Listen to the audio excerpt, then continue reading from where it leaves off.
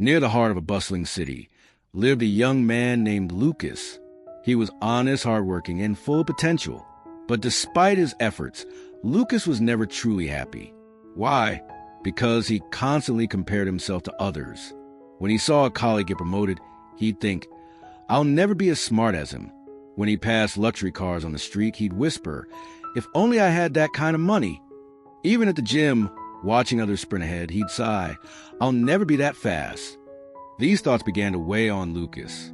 His motivation slipped, his focus at work drifted, and life began to lose color. One day, feeling completely lost, Lucas decided to visit someone he had heard of in his neighborhood, an older woman named Mrs. Helena, known for her wise words and gentle spirit. He found her sitting calmly on the front steps of her apartment building, sipping tea. "Mrs. Helena," he said, "I try so hard, but I keep comparing myself to everyone. No matter what I do, I always feel like I'm not enough." She smiled kindly and replied, "Come meet me tomorrow morning at the city park, just after sunrise. I'll show you something."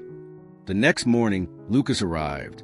The park was quiet, bathed in golden light. Mrs. Helena was already there, waiting patiently.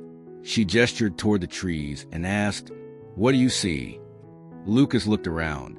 There are tall trees, short ones, some with flowers, some without. But it all looks peaceful. She nodded. "Now imagine this. What if the mango tree complained that it wasn't as tall as the pine tree? Or the pine tree wished it could bear sweet fruit like the mango?"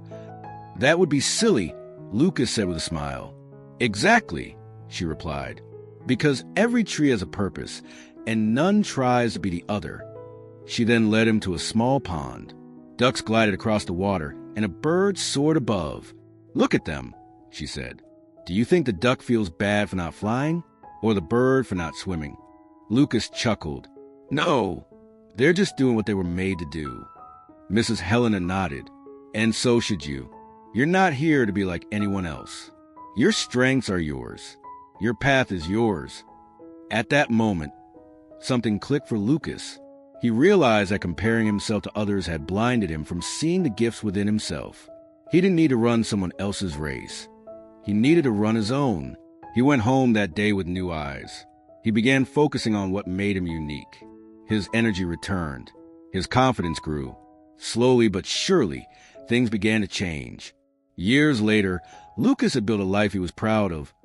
A business, a community, a sense of peace. People looked up to him and often asked what his secret was.